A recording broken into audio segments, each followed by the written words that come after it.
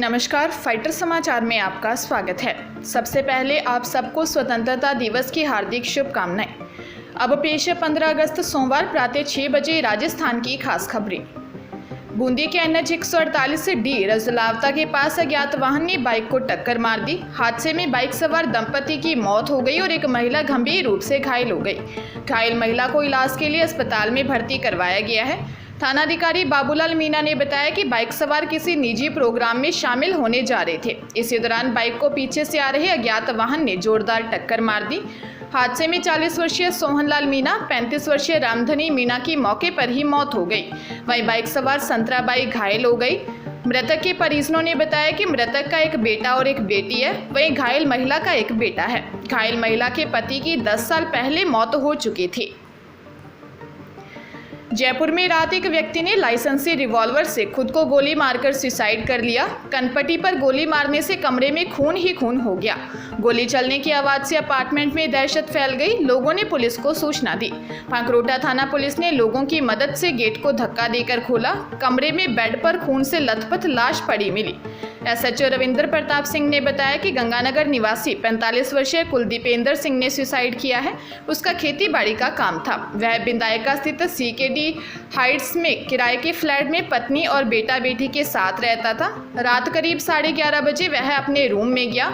Room को अंदर से लॉक कर लिया। कुछ देर बाद ही गोली चलने की आवाज आई। गोली चलने की आवाज से अपार्टमेंट में रहने वाले लोगों में दहशत फैल गई। सरकारी नौकरी की तैयारी कर रहे युवाओं के लिए अच्छी खबर है। राजस्थान समेत देश भर में 20,000 से ज़्यादा पदों पर वैकेंसी निकली है, जिसके लिए 10वीं पास से लेकर ग्रेजुएट कैंडिडेट्स सितंबर तक अप्लाई कर सकेंगे। इनमें बॉर्डर सिक्योरिटी फोर्स में 1,312, LIC में 80, रेलवे में 102, हाईकोर्ट में 759, सेंट्रल बैंक में 45, SSC में 189, पेप्सिको इंडिया में 18,533 पदों पर भर्तियां की जाएंगी। BSF में जाने का सपना देख रहे युवाओं के हेड कांस्टेबल बनने का शानदार मौका आया है। बॉर्डर सिक्योरिटी फोर्स ने 1,312 पदों के लिए भर्ती निकाली है। ऐसे कैंडिडेट्स जो 10वीं व 12वीं और ITI कर चुके हैं वह अप्लाई कर सकते हैं। बाइक पर पति के साथ रामदेवरा दर्शन के लिए जा रही एक महिला बीच रास्ते में बाइक से गिर गई। सिर में गंभीर चोट लगने से उपचार के दौरान मौत हो गई। पाली के बांगड़ हॉस्पिटल में महिला के परिजन मौत के बाद मायूस बैठे रहे। पुलिस के अनुसार कामलीघाट चौराहा निवासी 56 वर्षीय कांता देवी पत्नी भवन सिंह बाइक से अपने पति के साथ रामदेवरा दर्शन के लिए जा रही थी। मारवाड़ जंक्शन के नरसिंहपुरा चौराहे के निकट बाइक अचानक असंतुलित हो गई, जिससे शांति देवी नीचे गिर गई। सिर में गंभीर चोट लगने से उन्हें उपचार के लिए मारवाड़ जंक्शन हॉस्पिटल लाया गया, जहां से प्राथमिक उपचार के बाद उन्हें पाली रेफर किया गया, जहां जांच के बाद उसकी मौत हो गई। चूरू में चलते मिनी ट्रक में मोबाइल पर गेम खेलते समय अचानक मोबाइल फट गया। हादसे में ट्रक में सवार सगे भाई बहन सहित 6 लोग घायल हो गए। घायलों को इलाज के लिए अस्पताल में भर्ती करवाया गया है, जहां 3 घायलों की हालत गंभीर होने पर उन्हें दिल्ली रेफर किया गया है। दिल्ली के दक्षिणपुरी निवासी मनोज ने बताया कि मिनी ट्रक लेकर रक्षाबंधन से पहले दिन परिवार के करीब 30 से 35 लोग धार्मिक यात्रा के लिए रवाना हुए थे। हनुमानगढ़ स्थित गोगामेड़ी दर्शन करने जा रहे थे। देर रात उनका बेटा 14 वर्षीय अनिकेत अपने मोबाइल पर गेम खेल रहा था। उसी दौरान मोबाइल फट गया। मोबाइल फटने से गद्दों में आग लग गई, जिससे अनिकेत, भावना, रामावती, सूरज, चिंटू और टोनू झुलस गए।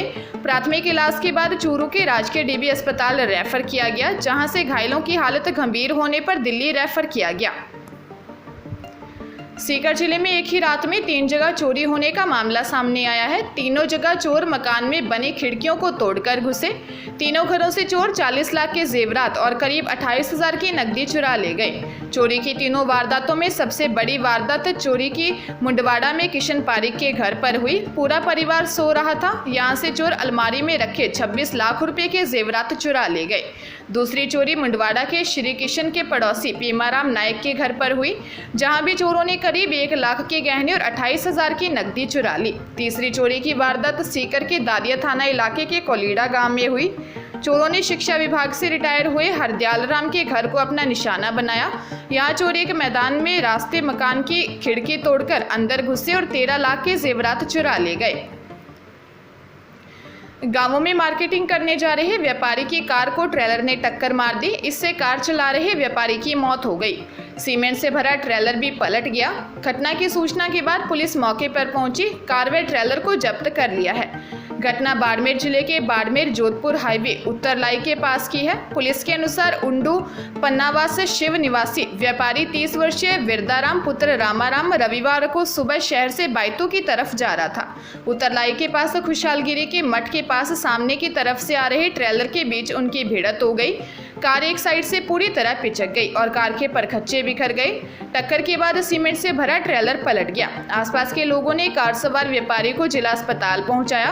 वहां पर डॉक्टरों ने मृत घोषित कर दिया। अजमेर में अपने पीहर आई बूंदी निवासी महिला के साथ जेवरात ठगी करने का मामला सामने आया है। आरोपी ने महिला को 60,000 रुपये इनाम में देने का झांसा दिया। बातों में उलझाकर कान के झुमके उतारे और इनाम की राशि के साथ रुमाल में लपेटकर थमाया। घर आकर रुमाल खोला तो उसमें कागज का टुकड़ा मिला।